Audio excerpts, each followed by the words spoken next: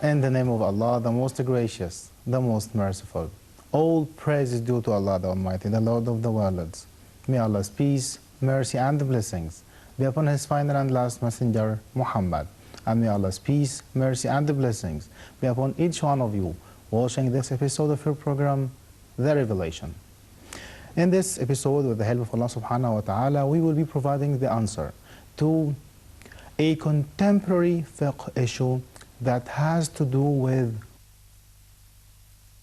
the question that we have here is what is the ruling or what is the suggested solution, as a matter of fact, for the Muslims who live in certain parts of the world where the daytime is very long or very short.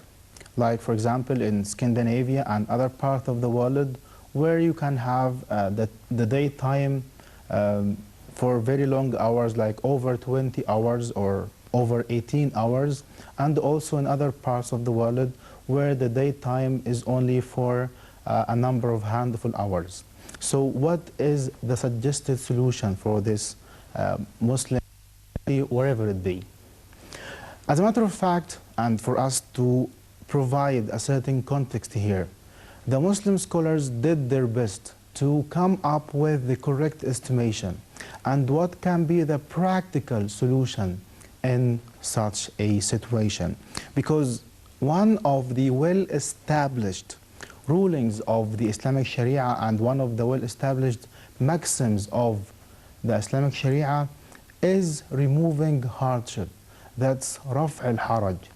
And also that whenever there is a hardship or a difficulty, then the Sharia rulings tend to remove, and this is also the job and the duty of the faqih or the Muslim jurist, that's to bring about an ease in the lives of the Muslims and not the other way around.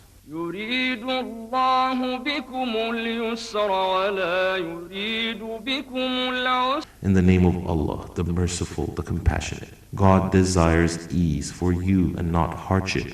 So this is why, in light of the hadith of the Antichrist or the false Messiah, in which the Prophet, peace be upon him, mentioned that the daytime will be not as we have it nowadays. So when the companions asked the Prophet, peace be upon him, then what should we do? What should we do when it comes to prayer? So the Prophet, peace be upon him, said, you do your best to make the necessary estimation.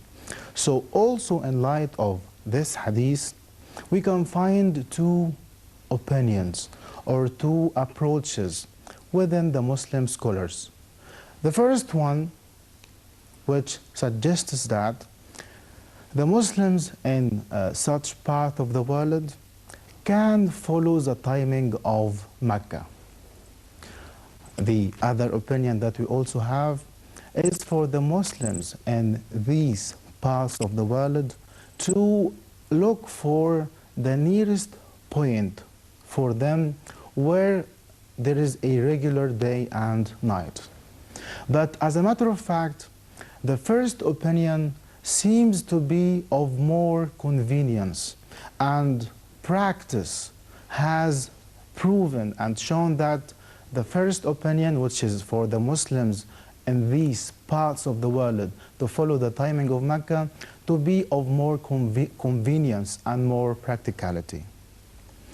And the reason for that, in many cases, it is difficult to determine exactly and to agree on the nearest point. So since the first opinion is more likely to have all the Muslims united and preclude the possibility of having any disunity or disagreement among the Muslim community, wherever it can be, this is why, and this is the opinion that Al-Azhar also supports and gives for fatwa, and also Dar al-Ifta in Egypt, that's to follow the timing of Mecca. So as long as the daytime lasts for over 18 hours, then in this case, the Muslims can follow the timing of Mecca.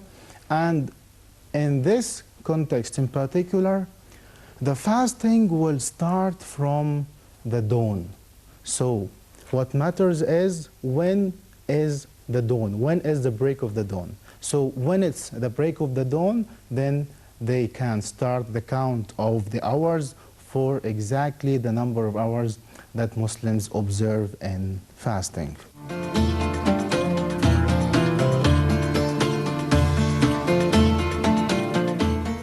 So this gives us a glimpse and also a practical experience of how practical and how convenient and how open-minded the noble Islamic Sharia is.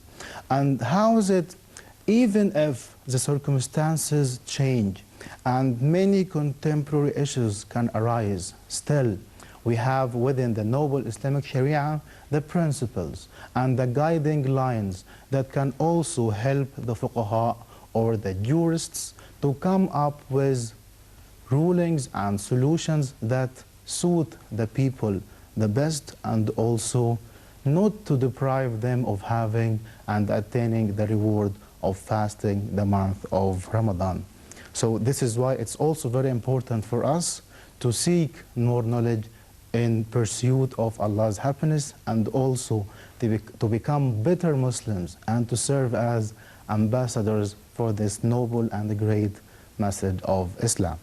With this, we come to the end of this episode. Remember that you can watch this one and also the previous ones on the official Facebook page and the rest of the social media.